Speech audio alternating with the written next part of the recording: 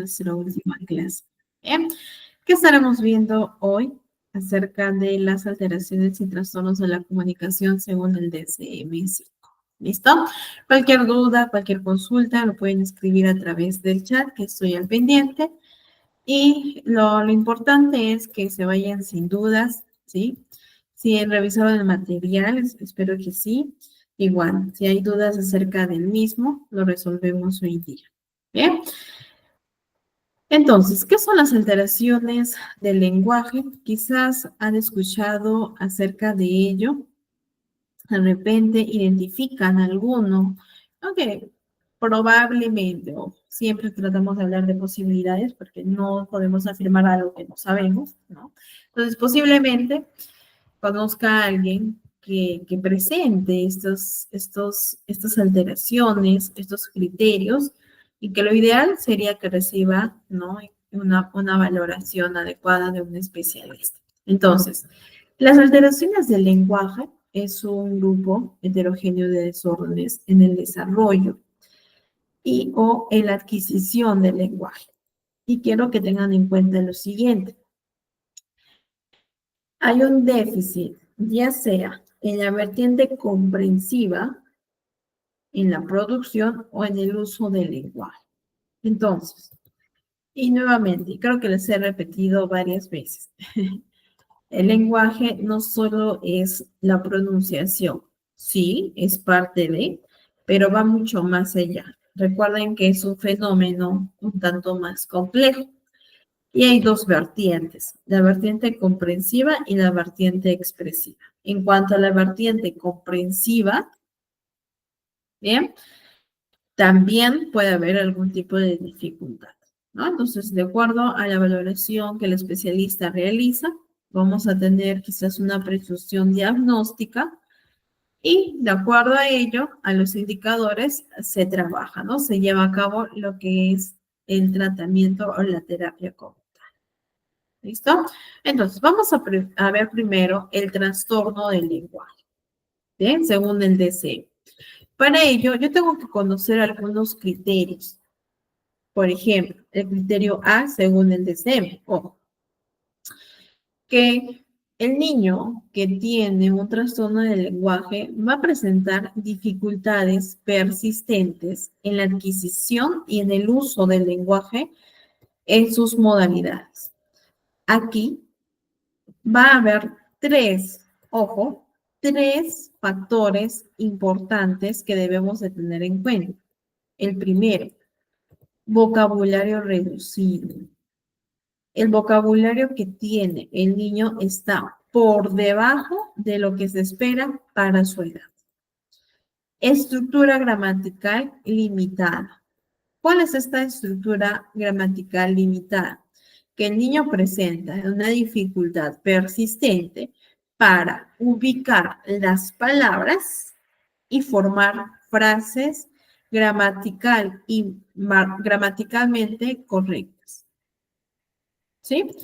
Y el tercer punto, deterioro del discurso, que es esta capacidad para usar el vocabulario, para conectar las frases y de esta manera explicar o llevar a cabo una conversación.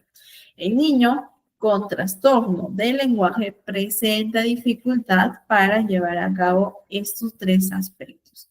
¿Qué es lo principal, chicos? Lo fundamental. Vocabulario reducido, estructura gramatical limitada y un deterioro del discurso. Ahora, estas dificultades tienen que ser persistentes, según el criterio A. El criterio B, que estas capacidades, ¿cuáles? Estas tres, vocabulario reducido, estructura gramatical limitada y deterioro del discurso. Las capacidades del lenguaje están notablemente por debajo de lo esperado para la edad cronológica que tiene el niño. Por ello, es importante conocer cuáles son los hitos de las edades correspondientes según el lenguaje, ¿sí? Que debe presentar el niño. Si el niño está dentro de lo normal, excelente, pero si el niño está por debajo o se ubica su lenguaje por debajo del esperado para su edad, que no corresponde con los hitos, desde un punto de vista cuantificable, entonces es posible que esté presentando un trastorno de lenguaje. Bien, en estas capacidades que hemos visto. Criterio C. Y este criterio se va a repetir en todos los trastornos que vamos a ver hoy en día. Que el inicio de los síntomas se produce en las primeras fases del periodo del desarrollo. Es decir, en la niñez, en la infancia y niñez, ¿no? El inicio siempre de los síntomas se produce en las primeras fases, es decir, en la niñez de los pequeños. ¿Bien? Y la dificultad, perdón, y el criterio de que las dificultades, y esto nos permite hacer un diagnóstico diferencial, ¿no? Es decir, a los especialistas les permite realizar este diagnóstico diferencial, que las dificultades que está presentando estas tres características principales no se pueden atribuir a un deterioro auditivo o sensorial. Tampoco se puede atribuir a una disfunción motora, tampoco a una afección médica, neurológica, algún trastorno del desarrollo o algún retraso global del mismo. Sí, por eso los especialistas llevan a cabo una evaluación integral, ¿no? ¿Por qué? Porque puede ser que mi niño tenga un deterioro o tenga una afectación neurológica o médica o presente algún otro trastorno del desarrollo. Bien, y esta es la causa directa de las dificultades del lenguaje que está presentando, entonces no está cumpliendo el criterio de, ¿cierto? Para ello es importante realizar una evaluación integral, ¿no? Para tener un diagnóstico más certero. Entonces, el criterio D, que vamos a ver en todos los trastornos, permite saber si es que el niño sí o sí solo está presentando un trastorno del lenguaje o quizás está presentando otro trastorno, está presentando otra dificultad, pero que no está cumpliendo el criterio de, permite realizar o encaminar la evaluación a una evaluación más integral, que sería pues lo ideal. ¿Listo? ¿Cuáles son las características diagnósticas? Los tres que hemos visto. Vocabulario reducido, la estructura gramatical y el deterioro del discurso. ¿Sí? Entonces, las características diagnósticas centrales importantes de este trastorno del lenguaje son las dificultades para la adquisición y para el uso. Tiene una dificultad persistente para la adquisición y el uso del lenguaje, debido a las deficiencias que presenta el niño, tanto en la comprensión o también en la producción del vocabulario, la estructura gramatical y el discurso. No comprende el vocabulario, no lleva a cabo las palabras, ubicarlas para poder manifestar una conversación, para poder manifestar o explicar algún tema. Mi discurso también es muy limitado, está por debajo de la edad del niño. ¿Listo? Ahora, el aprendizaje y el uso del lenguaje depende de dos capacidades, y era lo que justamente les mencionaba, la capacidad expresiva y la capacidad receptiva. La capacidad expresiva es la producción de señales gestuales, vocales o verbales. Yo estoy expresando, estoy emitiendo algún, no sé, comentario, alguna necesidad, alguna conversación, pensamiento, etc. Mientras que la capacidad receptiva es escucho o leo, percibo, recibo, proceso, comprendo los mensajes lingüísticos. Es la comprensión que yo estoy llevando a cabo. Si alguien me dice, Mariana, tienes que hacer un informe psicológico para el día de mañana, la persona está utilizando la capacidad expresiva porque me está diciendo qué es lo que yo debo de hacer. Y yo estoy utilizando la capacidad receptiva. Yo sé que el día de mañana tengo que presentar un informe psicológico, ¿no? O un informe. Bien, recibo la información, proceso y comprendo los mensajes lingüísticos. Ahora, ambas capacidades, tanto la capacidad expresiva como la capacidad receptiva, tienen que ser evaluadas. Igual nosotros, observemos en nuestros pequeños cómo está comprendiendo. Emite, emite algún tipo de comentario, necesidad que está dentro de su edad. Quizás no pronuncie bien, que es otro trastorno que ahorita lo vamos a ver en la producción fonológica. ¿Bien? Quizás no entiende. Yo le digo, dame tu pelota y solo repite. Tenemos que observar siempre, observar ambas vertientes, la vertiente comprensiva y la vertiente expresiva. ¿Bien? ¿Por qué? Porque puede ser que mi niño sí tenga una vertiente o lenguaje expresivo esté limitado, pero el lenguaje receptivo no tiene mucha deficiencia. Quizás un poco de retraso, de desfase, pero no tiene mucha deficiencia. Entonces puede variar. En los niños va a variar. Eso sí, sí es importante. ¿Bien? Ahora, el trastorno del lenguaje, lo que estamos viendo ahora, afecta a vocabulario, a la gramática y al discurso. Eso es lo principal que nosotros tenemos que observar si posiblemente un niño esté presentando un trastorno del lenguaje. Bien, sin embargo, sabemos que el desarrollo del lenguaje no va a ser el mismo en todos los niños. Va a depender de muchos factores y eso lo vimos en la primera clase, ¿no? Dentro de todos los factores depende también la estimulación que ha recibido el menor.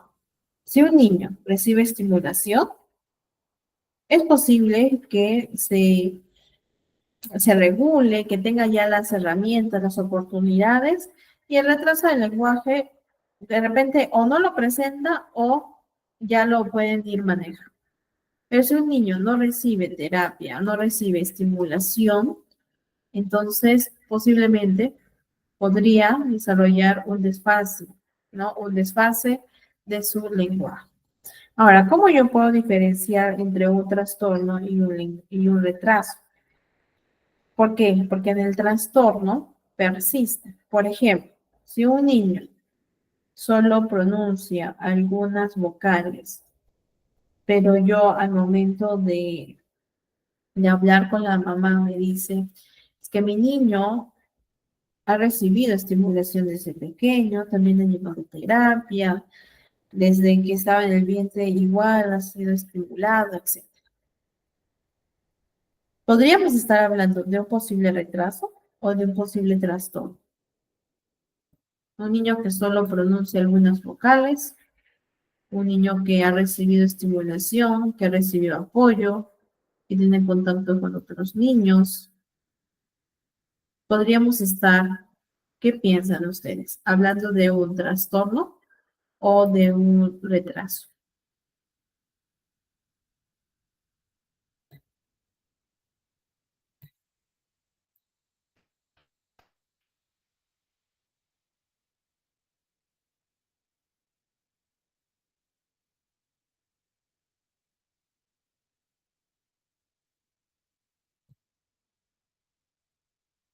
¿Qué creen, chicos? ¿Será un trastorno o será un retraso? El niño ha recibido estimulación y solo pronuncia algunas vocales. Y la estimulación que ha recibido es desde pequeño.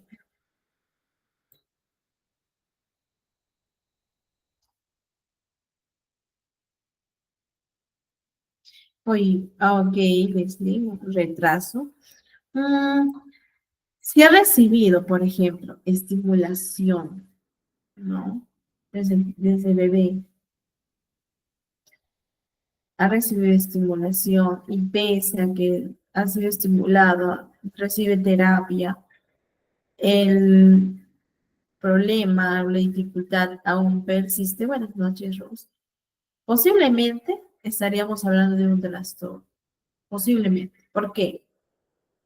Porque está persistiendo durante el tiempo. El avance sí, puede haber un avance, pero tiende a ser un poco más lento. Vamos a poner otro caso. Un niño también que solo pronuncia unas dos, tres vocales. Y la mamá nos comenta que no, nunca ha recibido, muy bien, Kelly, que nunca ha recibido terapia, estimulación, que vive con la abuelita no se enfoca mucho en estimular al niño, los padres trabajan, no tiene hermanos, ¿no?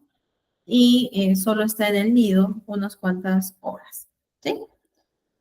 Pero presenta este problema. ¿Será un posible trastorno o será un retraso en ese último caso?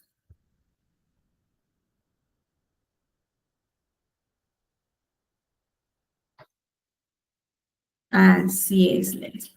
Posiblemente un retraso, porque no hubo un apoyo externo, no hubo una estimulación, ¿no? Claro, lo importante será hacer una evaluación, pero así es, Kelly, muy bien. Perfecto. Posiblemente estemos hablando de un caso de retraso, de un desfase, ¿no? Pero no un trastorno como tal. Bien, entonces, algo importante que debemos de considerar es la estimulación. La estimulación desde que son pequeños, tratar de estimular a los niños con diferentes herramientas. Hemos visto algunas, ¿sí? Pero hay muchas herramientas que podemos llevar a cabo para realizar la estimulación. Ahora, el desarrollo del lenguaje va a ser distinto en los pequeños. Eso también debemos tener en claro. A veces puede ser que los niños inicien de manera retrasada en sus primeras palabras, las primeras frases, quizás también su vocabulario tiende a ser limitado, menos variado, ¿bien? Y cometen errores gramaticales. Ya, estos signos podrían decir que está presentando un retraso y si no realizamos una intervención en el tiempo oportuno, vamos a hacer que el niño también presente o que esas dificultades se agraven. Mientras más edad, mientras más esperemos, va a ser más tedioso para el niño, porque va a haber un punto en el que él va a ser consciente de estas dificultades, sobre todo cuando comiencen a tener este proceso de aprendizaje un poco más fuerte, por decirlo de esta manera, ¿no? Son conscientes y eso implica también alguna afectación quizás psicológica, emocional, ¿no? Porque está expuesto con otros pequeños, con otros niños, y que a veces los niños tienden a hacer comentarios. ¿Bien? Entonces hay que ver siempre esos signos, los pequeños. Guíense mucho de los hitos que hemos abordado en la sesión anterior. ¿Bien? Ahora, el trastorno del lenguaje aparece durante el periodo del desarrollo temprano. Sí, sin embargo, según el DCM, hay alguna variación considerable en la adquisición temprana del vocabulario y en las primeras combinaciones de palabras. Posiblemente los niños que tengan algún tipo de retraso, sus primeras palabras, las primeras combinaciones, su vocabulario, desde un inicio tiende a ser reducido y presentan dificultades. ¿Bien? Ahora, el trastorno del lenguaje diagnosticado a partir de los 4 años según el DCM suele ser estable en el tiempo. Es decir, que puede persistir hasta la edad adulta. Sin embargo, la manifestación puede cambiar. Es decir, lo que fue quizás un punto fuerte se podría convertir en un punto que mientras más edad podría ser un poco más débil. ¿no? Entonces va a variar mucho los puntos fuertes y los puntos débiles durante el curso del desarrollo del trastorno del lenguaje. Por eso, bien, la estimulación, llevar a cabo una buena terapia para que poco a poco veamos el avance de nuestros pequeños. ¿Listo? Entonces, antes de pasar al trastorno fonológico, el trastorno del lenguaje que acabamos de ver, hay tres características principales. ¿Cuáles son? Tres características principales del trastorno del lenguaje.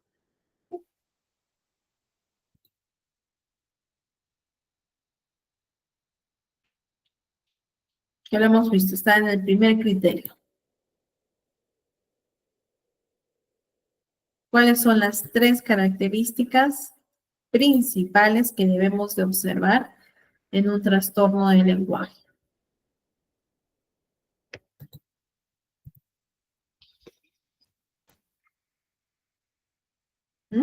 ¿Cuáles son, chicos? A ver, vamos. Toda respuesta es válida.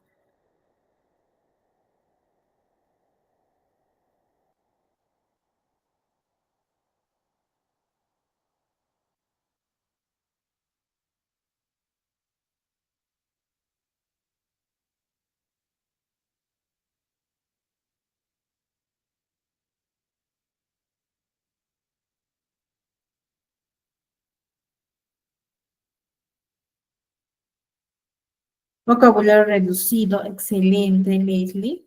Ya, esa es una, faltan dos. ¿Cuáles serán?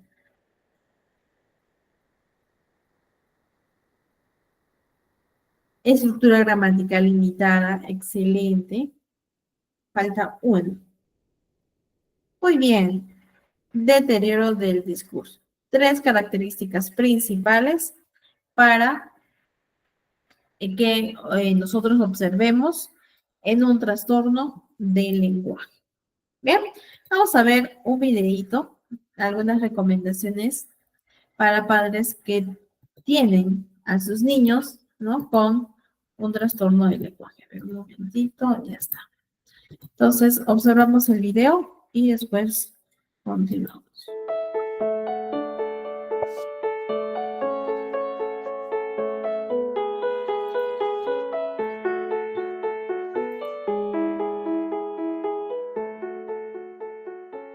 Quiero comentarles algunas cuestiones en relación con recomendaciones para padres de niños con trastorno específico del lenguaje. Sabemos que el lenguaje es una construcción que tiene dos variables. Por un lado, la condición biológica del individuo y por el otro lado, la ayuda que el medio ambiente, el estímulo que el medio ambiente pueda brindar a ese niño. La condición biológica va a estar modificada por la ayuda del ambiente. Sabemos que los niños con trastorno específico del lenguaje suelen ser hipoestimulados muchas veces por su entorno, por no saber cómo hacerlo o por no contar con las herramientas adecuadas para hacerlo o hacerlo de un modo equivocado, ¿sí? Muchas veces los niños con trastorno específico del lenguaje reciben menos estimulación que los pares de desarrollo típico. En otras ocasiones los papás suelen estimularlos en demasía, ¿sí? Suelen hablarles sin parar de cosas que tienen escasa habilidad funcional para ellos.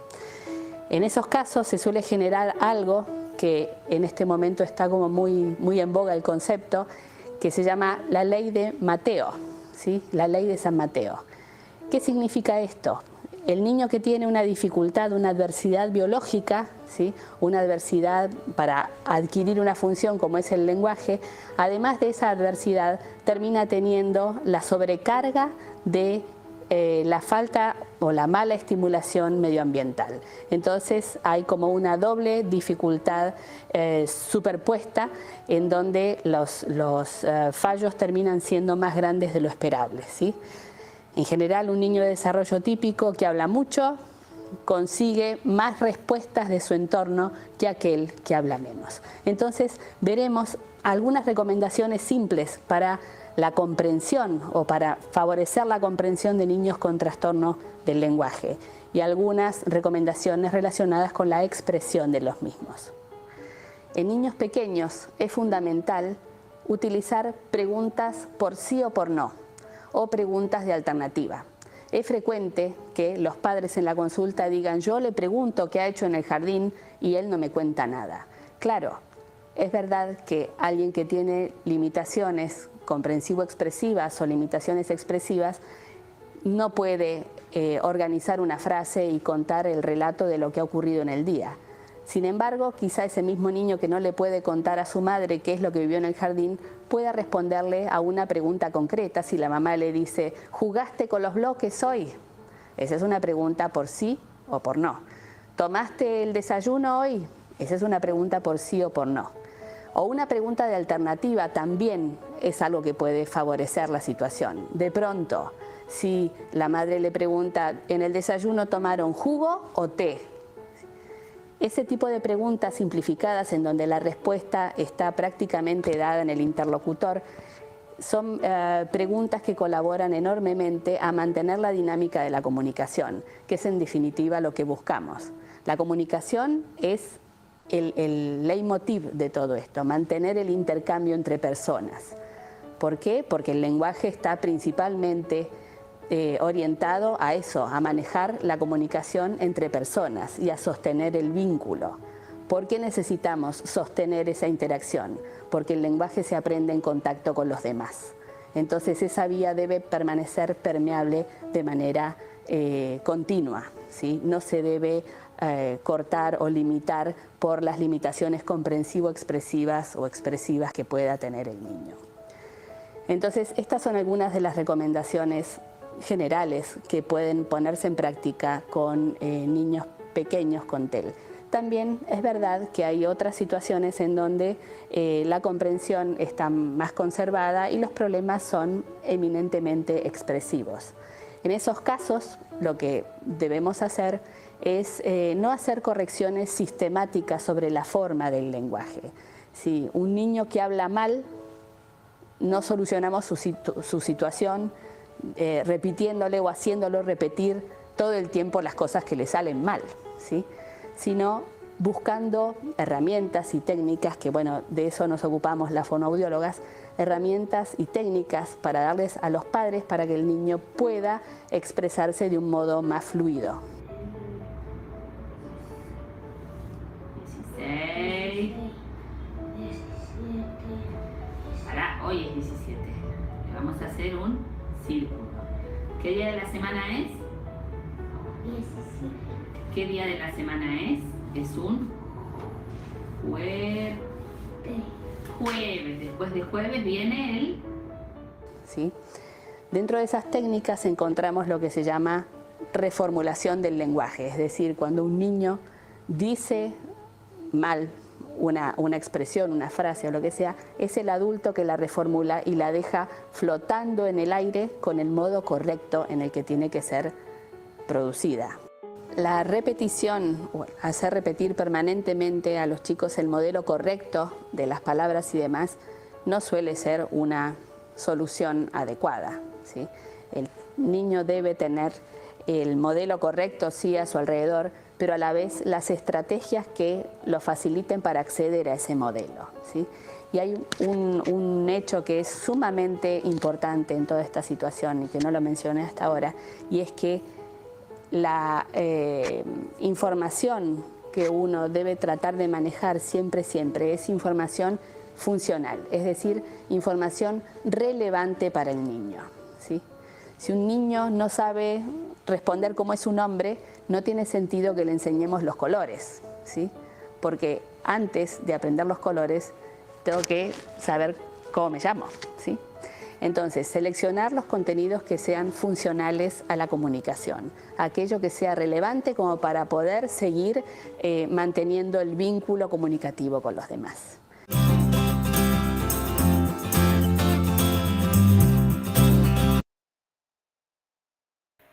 Bien, entonces hemos visto algunas recomendaciones, puntos a tener en cuenta sobre cómo manejar, ¿no?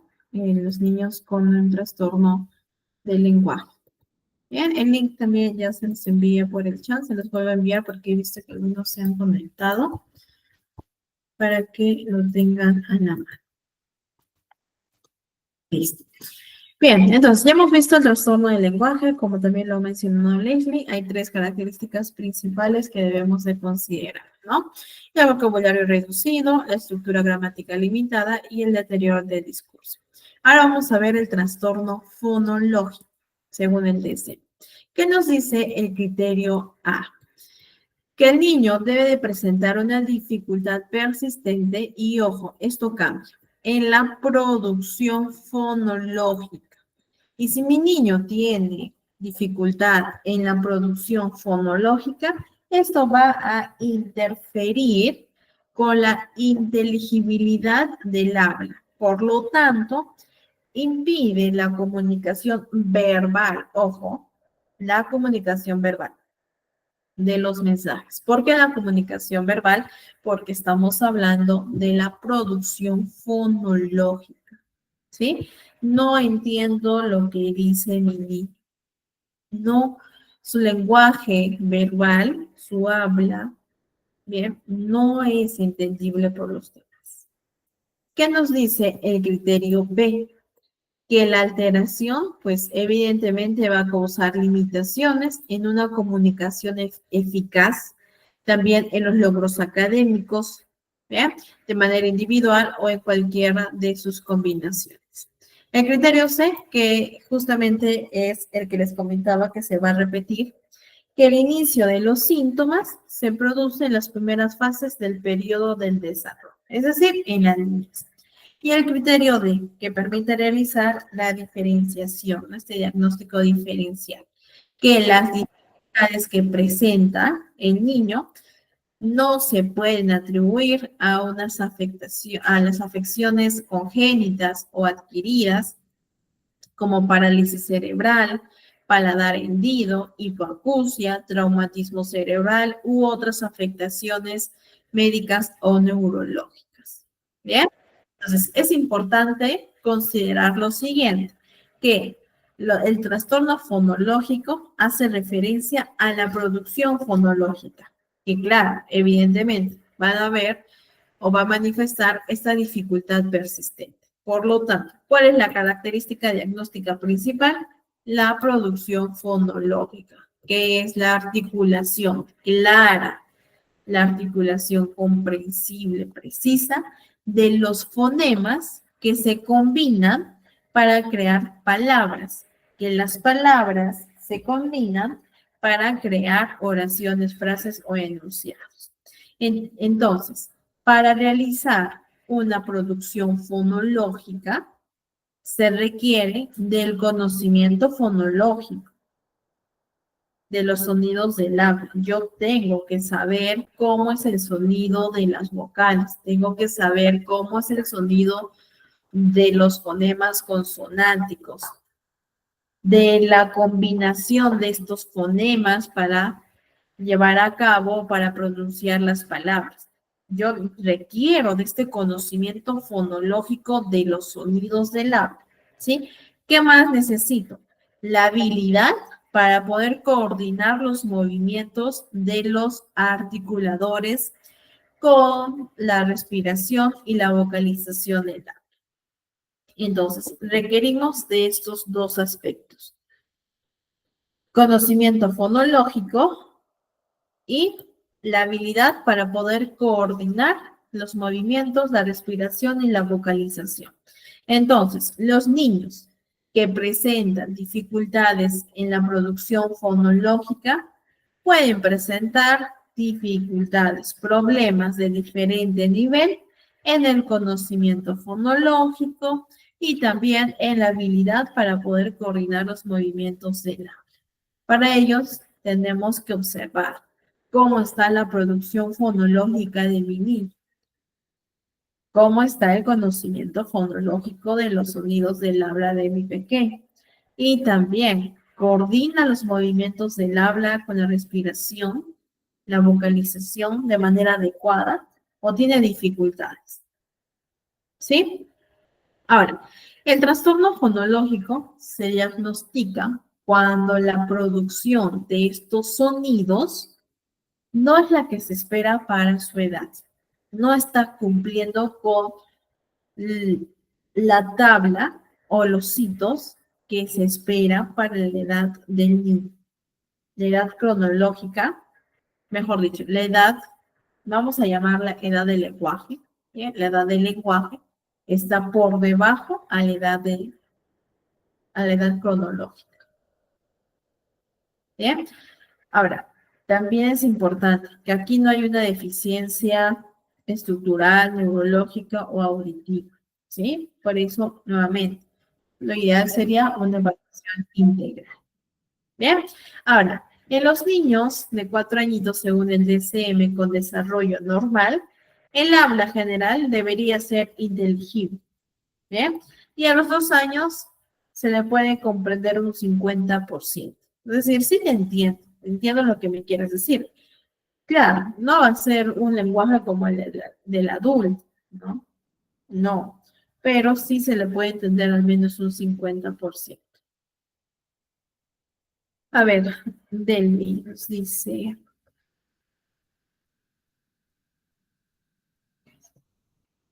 uy, aquí sí, yo te recomiendo, Delmi, acudir a una evaluación, ¿sí? Puede ser, no necesariamente algo del lenguaje, ojo, puede ser quizás alguna dificultad en el aprendizaje, algún trastorno del aprendizaje, no hay orientación es temporal, de tiempo, no sé si habrá orientación espacial de persona, si es que hay algún factor del lenguaje, podría ser, pero sí te recomendaría porque ya tiene 10 años, ya se espera que un niño de 10 años pueda tener esas capacidades que mencionas. Ya se espera de por sí, ya un niño de 6 años lo puede hacer. Entonces, sí te recomendaría acudir a un especialista, ¿no? Quizás a psicología, ¿sí? Y de ahí, de repente, dependiendo de la valoración, se hace una referencia o una derivación, pero sí te recomendaría acudir. Si es posible, desde ya, ¿no? Para que esto no se vaya grabando. Listo. Entonces, trastorno fonológico hace referencia a la dificultad en la producción fonológica. ¿Qué se requiere para llevar a cabo la producción fonológica? Lo hemos visto en la diapositiva anterior. Son 2 aspectos. ¿Cuáles son, chicos? ¿Qué se requiere para llevar a cabo una producción fonológica?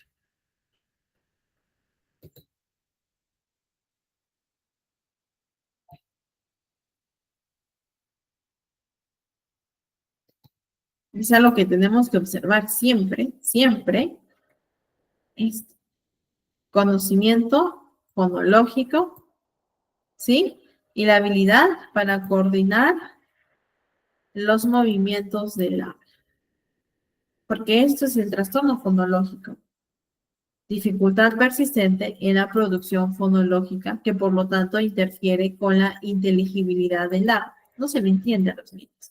A los 2 años, como les decía, es comprensible en un 50%. A los 4 años ya se le puede entender un poco más, ¿no? Tiende a ser más inteligible. Ahora, quiero que tengan en cuenta lo siguiente. No es inusual que los niños con un desarrollo normal aporten palabras y sílabas cuando están aprendiendo a hablar. Pero ¿qué pasa? La progresión, es decir, la producción fonológica que todos debemos tener, debería conducirle a los niños hacia un habla mayoritariamente inteligible a los 3 años. ¿Qué pasa con los niños que presentan un trastorno fonológico? Esos niños siguen utilizando los procesos inmaduros, es decir, realizan esta simplificación fonológica, acortan las palabras, acortan las sílabas, después de la edad en que ya la mayoría de los niños debería de emitir las palabras claramente. Entonces, hay niños que sí, están aprendiendo a hablar y acortan las palabras. acortan las palabras, acortan las sílabas, pero poco a poco ya tiende a ser menos, ¿sí? Es decir, ya pronuncia la palabra adecuada, correcta, y por lo tanto su habla es clara. Pero en los niños con el trastorno fonológico, para su edad, se espera que ya sea inteligible. Sin embargo, siguen con estos procesos inmaduros. Simplifican las palabras, simplifican las sílabas. Entonces, es algo que también es mucha lo que es la observación de nuestros pequeños. ¿Eh? Ahora, el DSM menciona que al llegar ya a los 7 años se debería de producir la mayoría de los sonidos del habla con claridad. ¿Sí? Es decir, la pronunciación correcta. Bien. A ver, continuamos. Antes de pasar al trastorno de la fluidez de inicio en la infancia, ¿cuál es la característica principal del trastorno fonológico? La característica principal del trastorno fonológico. ¿Cuál es?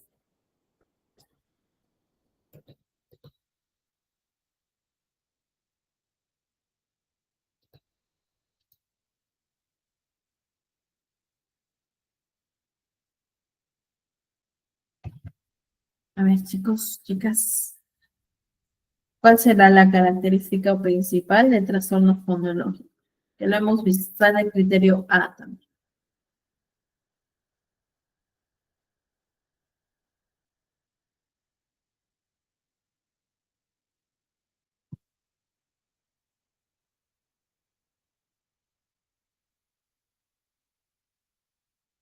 Dificultad persistente en la producción fonológica.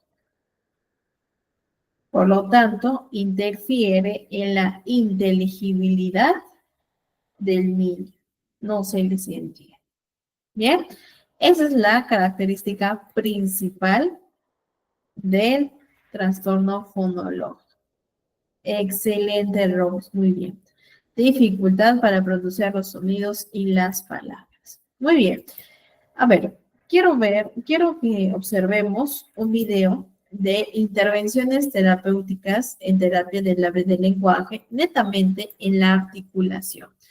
Quiero que por favor observen cómo es la dinámica, los recursos y los refuerzos que se utilizan al momento de trabajar con el niño.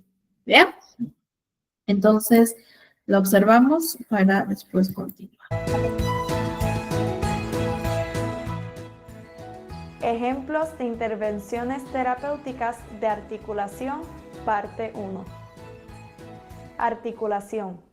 Es la totalidad de los procesos motores involucrados en la planificación y ejecución de los sonidos del habla. La producción de los fonemas se clasifica de dos maneras: punto de articulación y modo de articulación. El punto de articulación hace referencia al lugar de la cavidad oral donde un órgano articulatorio se aproxima a otro. Por otra parte, el modo de articulación es la forma en que se realiza el contacto o aproximación de los órganos articulatorios. Un niño con problemas de articulación podría presentar SODA, esto es, sustitución, omisión, distorsión y o adición de los sonidos del habla. Una meta a trabajar en un niño que presenta problemas de articulación sería que al finalizar el tratamiento, el paciente produzca los fonemas bilabiales P, B, M en habla espontánea con un 90% de adecuación. Para lograr dicha meta se establecerán objetivos diarios. Estos podrían ser: el paciente producirá el fonema M aislado de manera imitada con un 90% de adecuación. El paciente producirá el fonema M en palabras en posición inicial con 90% de adecuación. Debemos recordar que la manera de ejecución se comienza a trabajar con el clínico manipulando la ejecución. Luego, el paciente le imita. Después, se trabaja la producción de manera sonsacada hasta lograr que el paciente realice el objetivo de manera espontánea. Por otra parte, la producción de fonemas se comienza trabajando desde lo más simple a lo más complejo. Primero, se produce el sonido de manera aislada, luego en sílabas, palabras, frases, hasta lograr que el paciente produzca el fonema adecuadamente en contexto de oraciones. El sistema de refuerzo a utilizarse será la tabla Yo sí puedo. Cada vez que el niño logre realizar una actividad, seleccionará su caricatura favorita y la colocará en su fila asignada hasta llegar a la meta final. Este sistema de refuerzo puede ser utilizado en intervenciones terapéuticas individuales como grupales. Para trabajar la producción aislada del fonema de manera imitada, se utilizará el juego Alimenta al Minion. Los materiales a utilizar son un cubo de un Minion y láminas de guineos laminados. En dicha actividad se realizarán 10 repeticiones. El clínico tomará un guineo y se lo dará al Minion mientras produce el fonema. Hola Pablo, mira, te traje un amiguito hoy que es un Minion y tiene mucha hambre. ¿Vamos a darle de comer? ¿Sí? Ok, vamos a darle un guineo. Mira, qué rico. Ahora tú, dale un guineo. Y haces, qué rico. Tienes que hacer, dale otro y haces, qué rico. Una vez el niño realice la actividad correctamente, escogerá su caricatura favorita y la colocará en la tabla. Una vez el niño domine la producción aislada del fonema se trabajará la producción del fonema en sílabas con la actividad Juguemos en el parque. Los materiales para la actividad son lámina de chorrera con vocales y muñeco de Mickey Mouse. En dicha actividad se realizarán 2 repeticiones por sílaba. El clínico deslizará el muñeco por la chorrera hasta llegar a las vocales mientras produce las sílabas. Paulo, vamos a pasar el muñequito por la chorrera y decimos y cuando llegues a la A, ¿cómo hacemos? Ma, muy bien. Ahora tú. Una vez el niño realice la actividad correctamente, escogerá su caricatura favorita y la colocará en la tabla. Una vez el niño domine la producción de sílabas con el fonema se trabajará la producción de palabras en posición inicial con la actividad Conejitos de Pascua. Los materiales a utilizar son conejos de colores laminados, huevos plásticos, algodones de colores y láminas con el fonema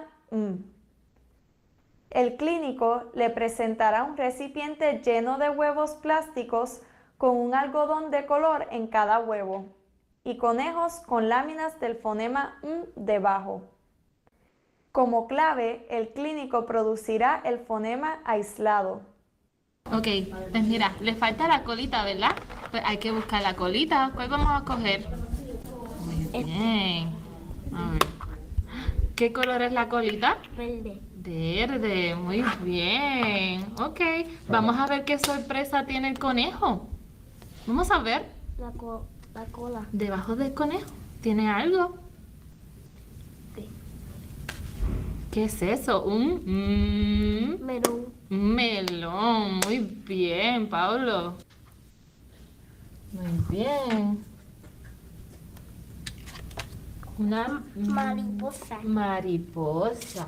Una vez el niño realice la actividad correctamente, escogerá su caricatura favorita y la colocará en la tabla.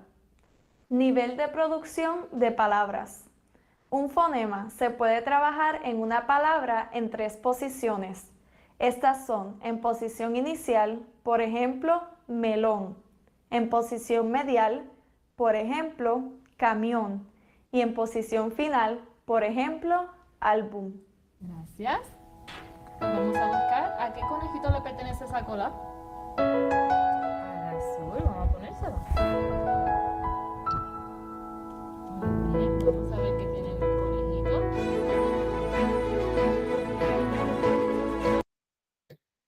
Bien, entonces hemos visto algunas formas para realizar lo que es la intervención en la articulación de los niños. Vean, siempre tratemos de utilizar refuerzos que motiven a los pequeños para continuar con las actividades o las tareas correspondientes, ¿sí?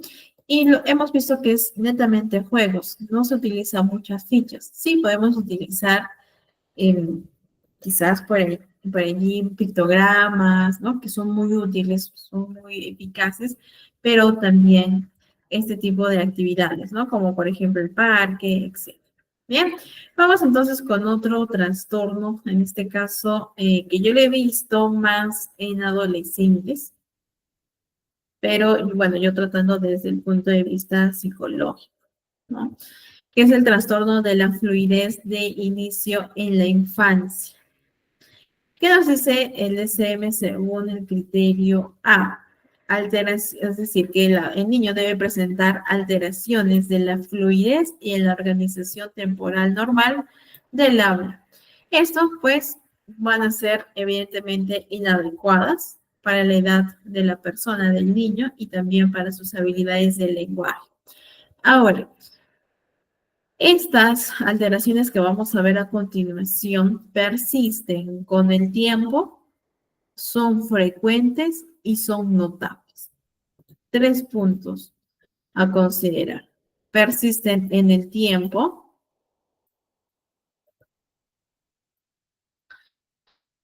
es frecuente y es notable. Uno o más de los siguientes factores. Por ejemplo, primero, repetición de sonidos y sílabas. ¿Sí? Ese es el primer factor que podría presentar un niño. Segundo, prolongación de los sonidos de las consonantes o también de las vocales. Palabras fragmentadas, cuando hay alguna pausa en el medio de una palabra. Por ejemplo, en vez de decir mamá de manera fluida, dicen ma, se quedan un ratito, ma, ¿no? Un ratito en silencio y continúan con la siguiente sílaba. Bloqueo audible o silencioso, que son pausas en el habla, llanas o vacías. Los circunloquios, que buscan, sobre todo los adolescentes, como les digo que he visto, ¿no?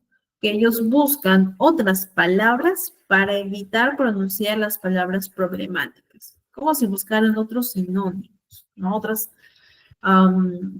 quizás, bueno, sí, ¿no? Otras palabras que le ayuden a continuar con su discurso para evitar pronunciar las palabras problemáticas, porque ya son conscientes.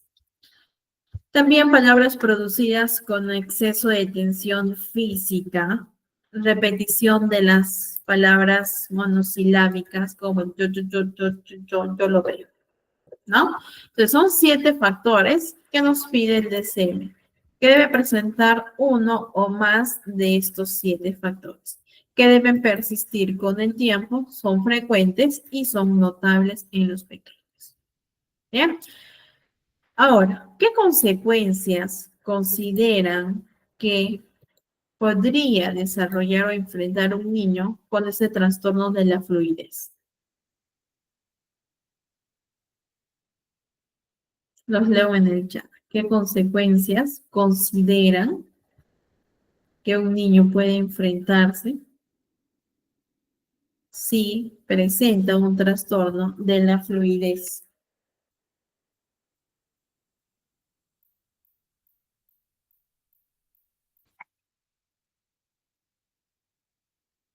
Y hay muchas consecuencias, ¿no?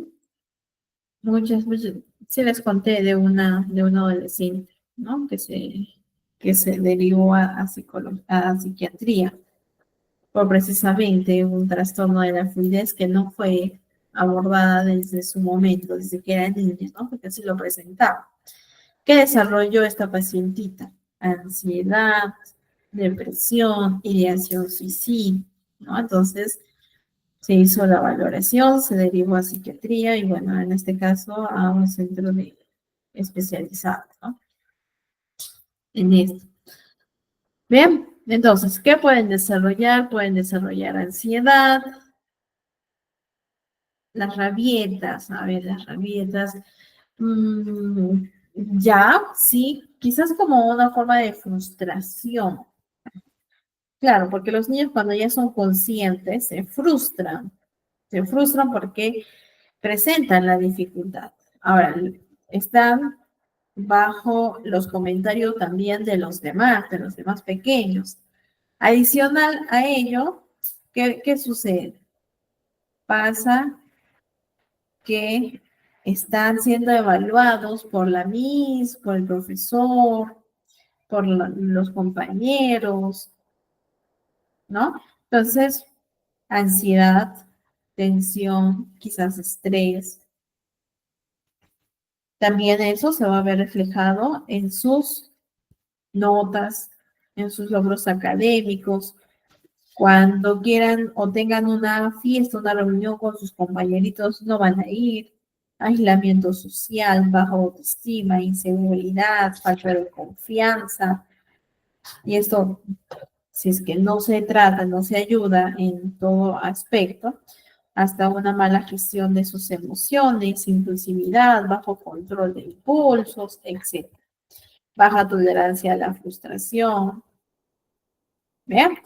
Entonces, todo ello puede enfrentarse un niño con trastorno de la fluidez, sí, porque se desencadena sobre todo cuando ya son conscientes de que presentan esta alteración. ¿Bien? ¿Qué nos dice el criterio B? Que la alteración causa ansiedad al hablar o limitaciones en la comunicación eficaz. Y que, claro, si yo soy consciente de que tengo esta dificultad, no voy a querer exponerme, ¿cierto? No me voy a querer exponer. ¿Por qué? Precisamente porque voy a ser observado y voy a estar sujeto a comentarios, gestos o burlas. Es lo que no queremos, ¿sí? Entonces, sí es importante que por favor, si nosotros vemos que nuestros niños tienen este trastorno o posiblemente, llevarlos a la evaluación y a la terapia. Porque es más probable que repercute en otras consecuencias, incluso ya emocionales. ¿Bien? Ahora, la C, el criterio C, como les mencionaba, es el criterio que se repite, que el inicio de los síntomas se produce en las primeras fases del desarrollo. ¿Bien? Y el criterio D, que la alteración no se puede atribuir a un déficit motor o sensitivo del habla. Tampoco a una disfluencia asociada a un daño neurológico, afección médica, y no se puede explicar mejor por otro trastorno mental. Esto es para realizar el diagnóstico diferencial. Ahora, como les mencionaba, esta alteración de la fluidez va a interferir con el rendimiento académico, también con la comunicación social. Es muy posible que haya un aislamiento, poco contacto, pocos amigos, el miedo a ser observado, desarrollo de ansiedad, de tensión, etc. Ahora, va a variar también en cuanto a la gravedad de las situaciones. Si yo estoy enfrente de un grupo de personas porque voy a exponer, hay más presión y voy a ser evaluada, entonces es más posible que se presente o se manifieste frecuentemente durante el discurso, durante la presentación. ¿Bien? En cuanto a su desarrollo y curso según el DCM, Dice, ¿no? Según el DSM, que se presenta antes de los 6 años entre el 80 y 90% de las personas. Entonces, se sitúa una edad de inicio que oscila entre los 2 y 7 años de edad. Entonces, según el DSM, es en esta edad donde se podría iniciar el trastorno de la fluidez en inicio de embarazo. Ahora, la gravedad de este trastorno a los 8 años predice o la recuperación o la persistencia de dicho trastorno durante la adolescencia y durante las siguientes etapas de vida. Entonces, según el DSM, tienden a ser persistente, ¿no? O se pueden recuperar a los 8 años, según nuevamente el DSM. Ahora, cuando el niño llega a ser consciente de la dificultad que presenta, va a desarrollar pues mecanismos, una forma también de defenderse, como una forma de sobrellevar la situación, la condición. Y pues nuevamente, las respuestas emocionales asociadas pueden llevar hasta incluso ideación suicida, como me pasó en un caso, ¿no? que ya les acabo de comentar. No esperemos a llegar a ese punto, porque sí, siempre va a haber respuestas emocionales asociadas, siempre. ¿Listo? Bien, vamos a ver el último trastorno. Pero antes de, quiero saber si hay alguna duda, alguna consulta con relación a lo que hemos visto. ¿Todo claro?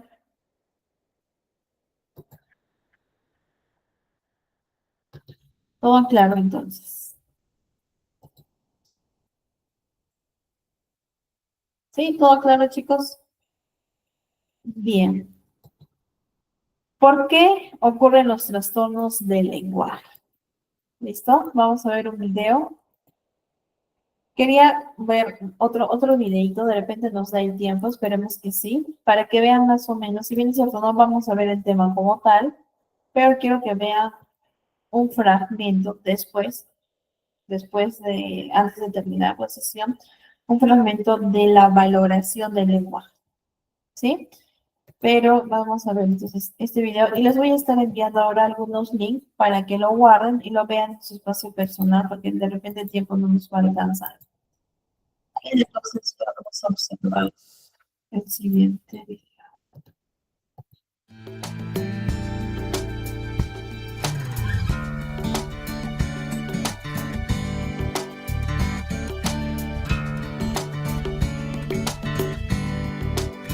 Una pregunta sería, ¿por qué ocurren los trastornos del lenguaje? A modo de ejemplo, nosotros vemos que el pájaro, por ejemplo, tiene una tarea fácil, tiene 3 tonos, un tono para la primavera, un tono para el otoño, un tono para la búsqueda de pareja. Pero ¿qué pasa en el humano, en el niño? ¿Qué pasa cuando un niño no adquiere el lenguaje, no empieza a hablar? Desde el punto de vista de lo neurobiológico, del neurodesarrollo, uno puede explicar a partir de 2 ideas: las dificultades ambientales y las dificultades biológicas. Cuando nosotros hablamos de los aspectos ambientales o de las causas ambientales, tenemos el ejemplo del niño de Aveirón, que es un niño que es criado en la selva solo, sin contacto con un humano, que no llega a hablar, que no llega a tener contacto con el lenguaje del humano. Entonces tenemos que tener la relación de la incidencia, de la estimulación del ambiente en el desarrollo del lenguaje del individuo. La importancia del lenguaje materno, de la estimulación materna, donde la mamá le va a dar no solo el tono al lenguaje verbal, sino también a la comunicación, le va a dar la impronta, el afecto, todo aquello que acompaña a la comunicación y al lenguaje. Siempre se pensó que en realidad los déficits en el desarrollo del lenguaje tenían una alta importancia en los factores ambientales. Pero luego se empezó a ver que el TEL, el trastorno específico del lenguaje, donde se empiezan a demorar en la producción del lenguaje, es más frecuente en los varones, o sea que uno tiene que tener en cuenta la incidencia de las hormonas sexuales en el desarrollo de las áreas del cerebro que van a involucrar al lenguaje. También se empezó a ver que era más frecuente en gemelos, y acá empezamos a hablar de las causas genéticas. Es decir, el programa del desarrollo de las áreas del lenguaje va a estar codificado en los cromosomas. Se habla de alteraciones en los cromosomas 16, en el cromosoma 19, en el cromosoma 13 y en el cromosoma 3. Y luego se empiezan a incorporar las alteraciones en los procesos de organización de las áreas del lenguaje. Dentro de esos genes, los haplotipos o los distintos subtipos genéticos como el FOXP2.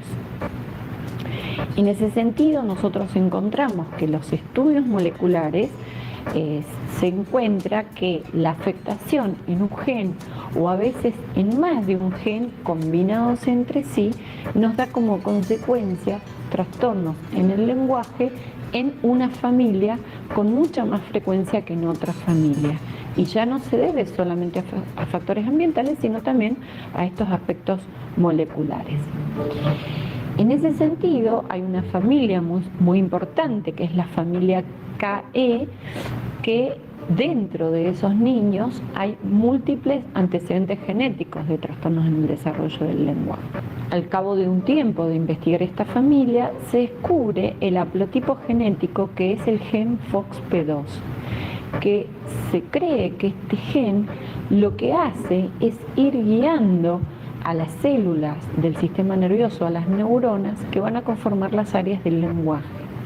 Entonces, lo que se altera, se produce una dificultad en la organización de las neuronas de las áreas del lenguaje, con lo cual estos niños van a tener mayor prevalencia de TEL, pero también se va a ver más frecuente en esa familia.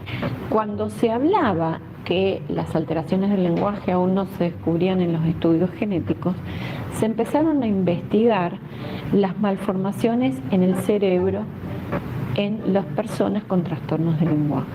Y así, un investigador muy importante que fue Galaburda descubrió que personas que habían muerto con trastornos del lenguaje y trastornos en la lectoescritura, que es la parte escrita del lenguaje, esas personas tenían dislexia, pero tenían malformaciones, pequeñas microdigenesias en las áreas temporales del lenguaje, de los lóbulos temporales, y que esas microdigenesias se repetían en las distintas personas con dislexia.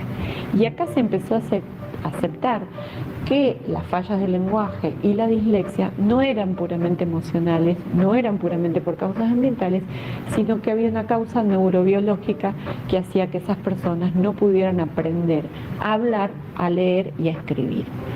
En ese sentido, los últimos estudios han mostrado que las zonas de los lóbulos temporales, un área que es el plano temporal o la zona del planum temporal, es asimétrica y tiene un mayor desarrollo del lado izquierdo del cerebro en relación al desarrollo de la lectoescritura y el lenguaje. Las personas que tienen TEL y dislexia tienen un menor crecimiento del plano temporal izquierdo respecto del derecho. Es decir, como que el plano temporal no se diferencia tanto. Y esto no sería una consecuencia, sino una causa del TEL. Por ello, cuando investigamos en un niño la presencia de un trastorno del lenguaje, tenemos que tener en cuenta no solamente los aspectos emocionales, la falta de estimulación y los déficits ambientales, sino el sustrato neurobiológico. El TEL es un trastorno neurobiológico, tiene una base neurológica. Los estudios nos muestran que el electroencefalograma tiene más descargas que nos muestran la desorganización en la maduración de ese cerebro infantil, y tenemos que tenerlo en cuenta no solamente para el diagnóstico, sino también para el tratamiento.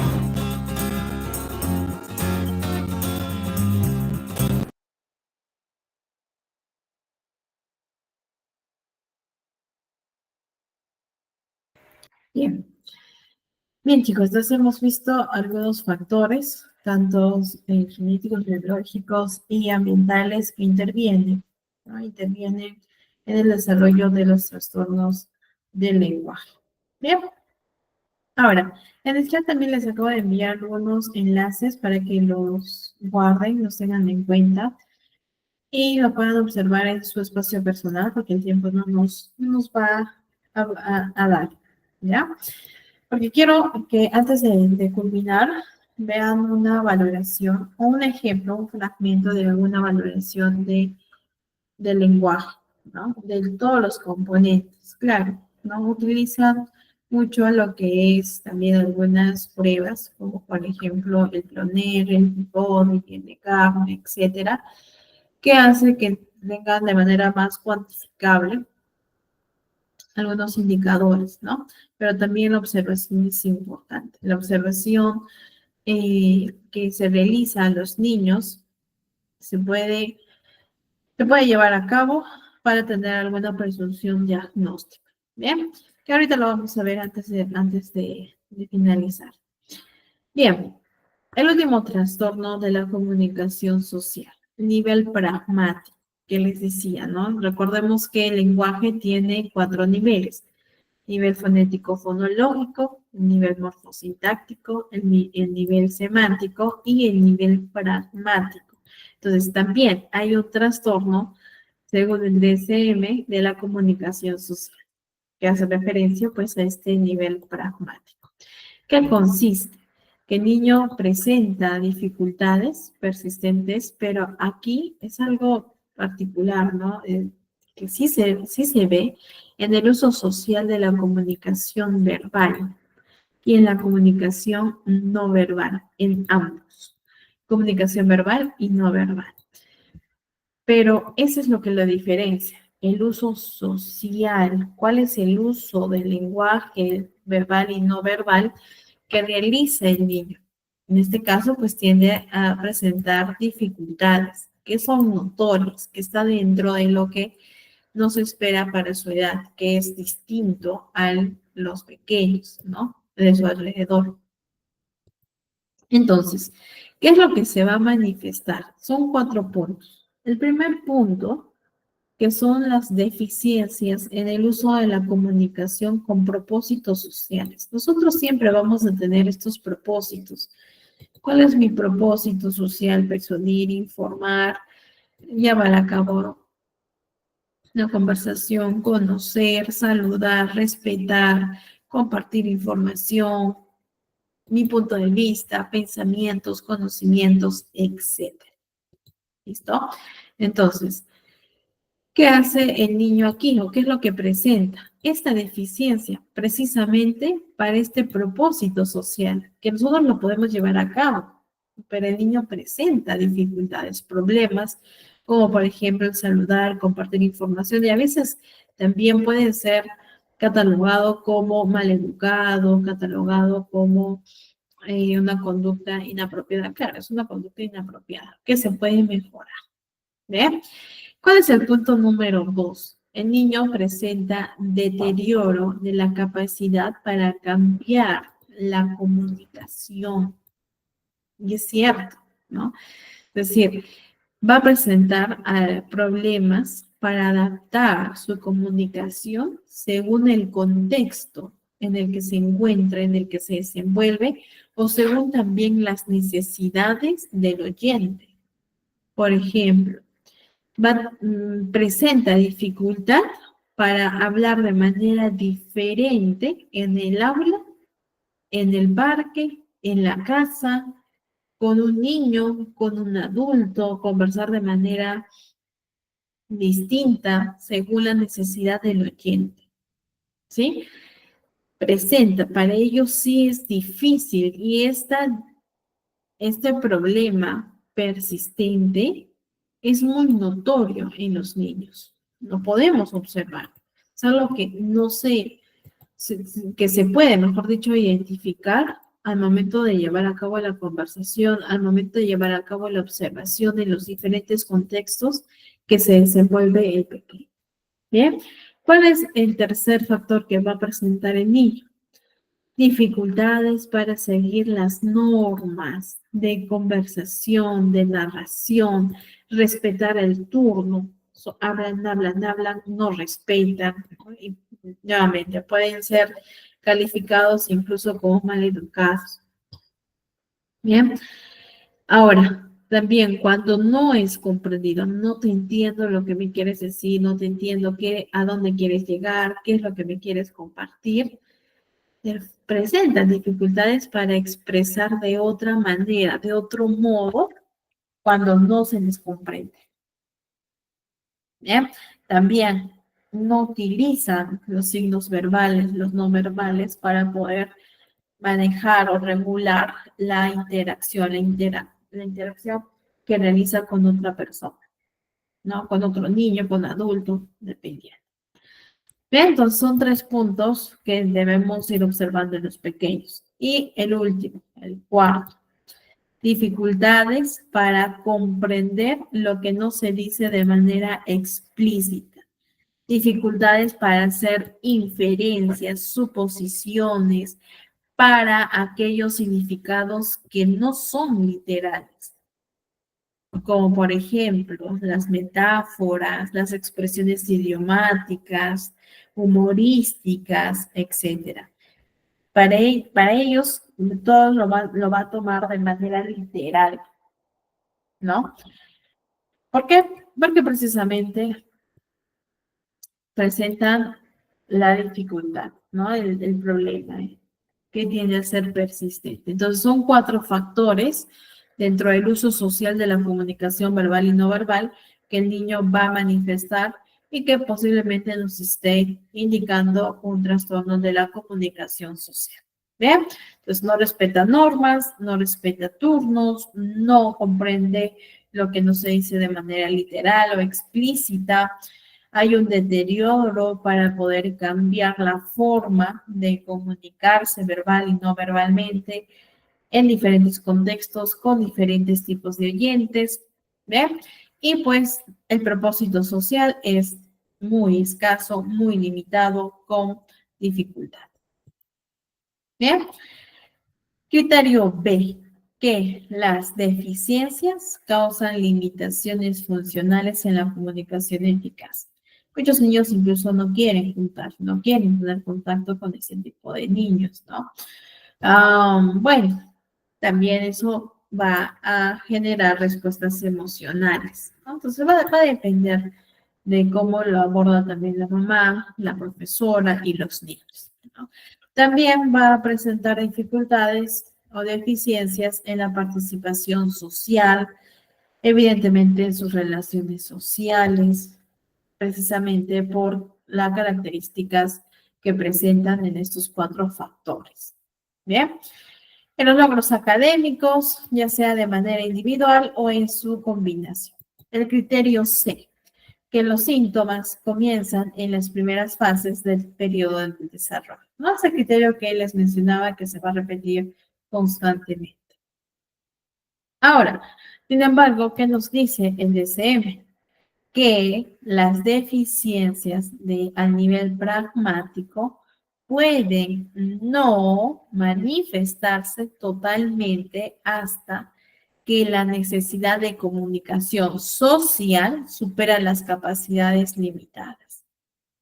Entonces, por ello es importante siempre, desde pequeños, las normas en casa, normas en el colegio, normas al momento de hablar, utilizar metáforas, utilizar los cuentos, adivinanzas, los diferentes tipos de herramientas que hemos visto en los niveles de comunicación.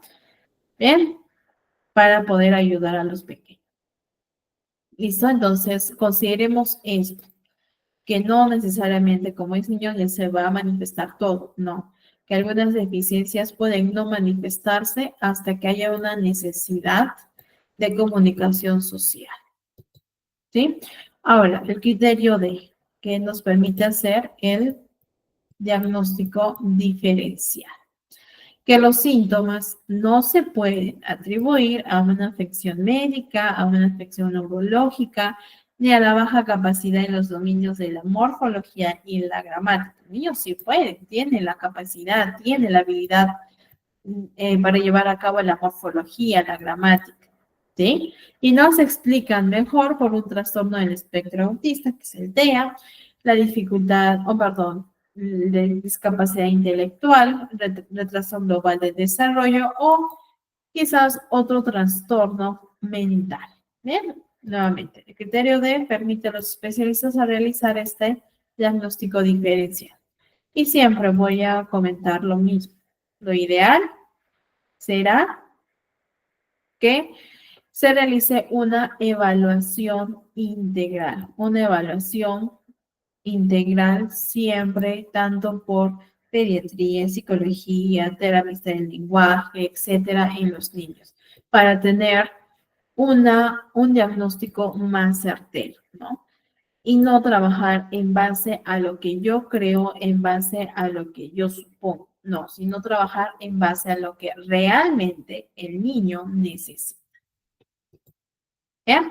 ¿Cuáles son entonces las características diagnósticas? Hemos visto en todos los trastornos de hoy día las características diagnósticas que debemos tener en cuenta para observar en nuestros niños, ¿no? Y llevar a cabo la valoración correspondiente a través de un especialista.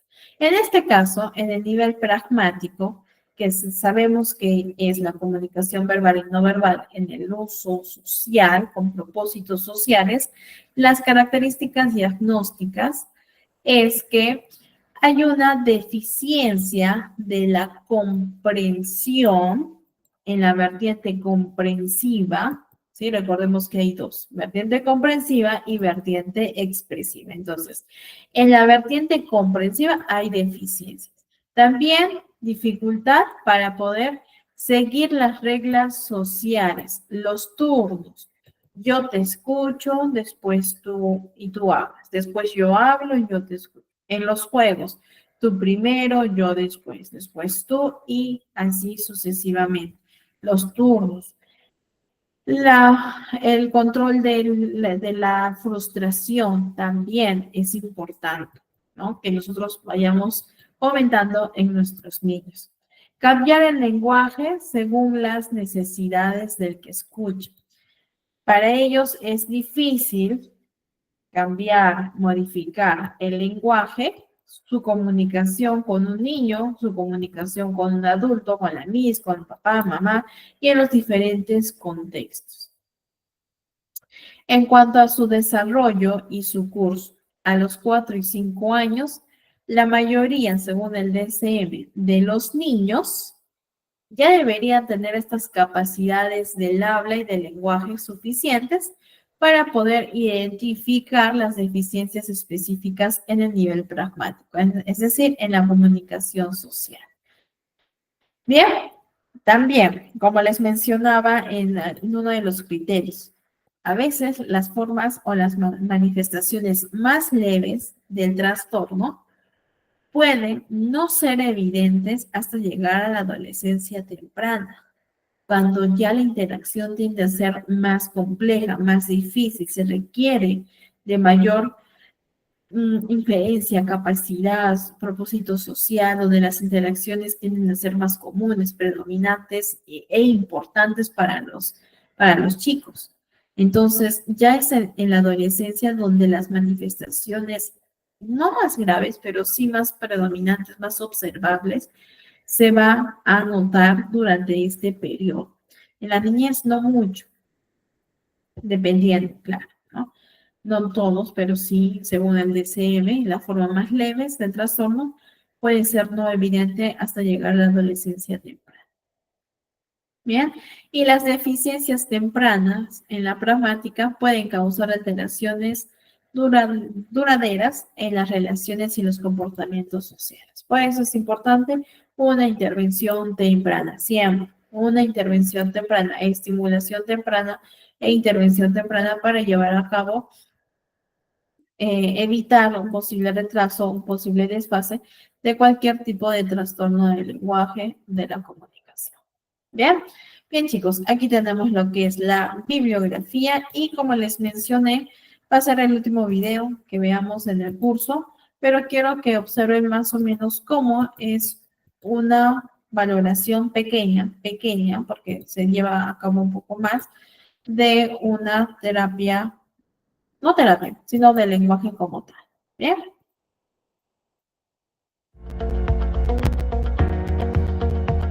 Muchas veces los padres se angustian cuando el niño presenta algún retraso en el desarrollo, por ejemplo en el área del lenguaje, y no saben dónde acudir o a quién buscar ayuda. Por eso vamos a ver cómo es una terapia de lenguaje con nuestra especialista Catherine Brennan. Pedro, mira, yo te voy a decir qué vamos a hacer y vos lo haces conmigo, ¿está bien? Mira, vamos a hacer la boquita como un besito, así, para adelante. Muy bien, para atrás. Eso, para los lados. Muy bien, como el carrito. Brum, brum, brum, un poquito más fuerte. Eso, ¿vas a sacar la lengüita? Muy bien, y ahora la vas a poner aquí, de este lado, tocando la paletita esta de la luz. Así, mírame. Eso, ahora de este lado. Arriba. Muy bien, la vas a sacar completa, la lengua. Muy bien, ahora vas a abrir la boquita grande. Haceme un poquito la cabecita para atrás. Ajá, hacete un poquito para acá. Dame la manita. Eso, ve el techo. Y vas a decir, ah. Muy bien, vas a sacar la lengüita y vas a decir, ah, otra vez. Muy bien, para ver. Muy bien, ahora vas a decir, anga. Con la lengüita afuera, mira, anga. Eso. Yo te voy a enseñar esta imagen que está aquí y vos me vas a decir cuál lugar es este. Playa. La playa, muy bien. ¿Y qué está haciendo la gente ahí? Jugando. ¿Jugando con qué? Arena y agua y cortando en el agua. Muy bien, vamos a buscar animalitos. ¿Cuáles animales puedes ver ahí? Papá, alto Un perro, un gato, ¿qué más? y pato. ¿Cuántos patos hay?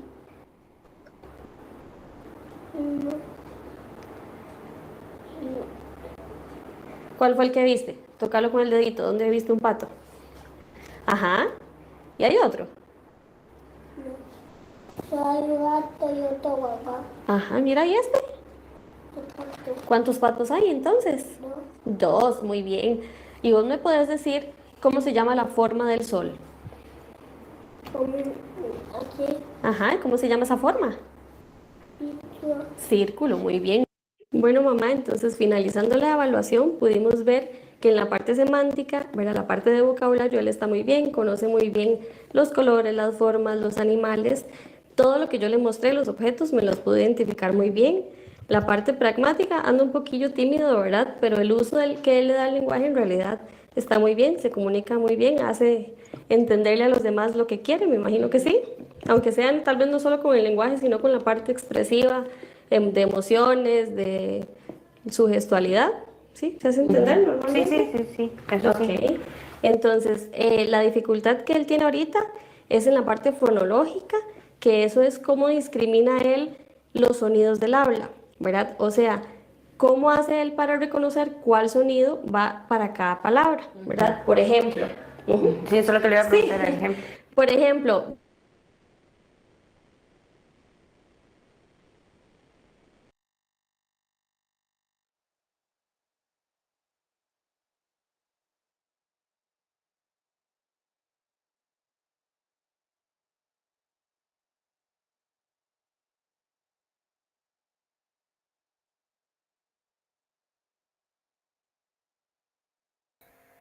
Lo siento, chicos, se fue el Meet.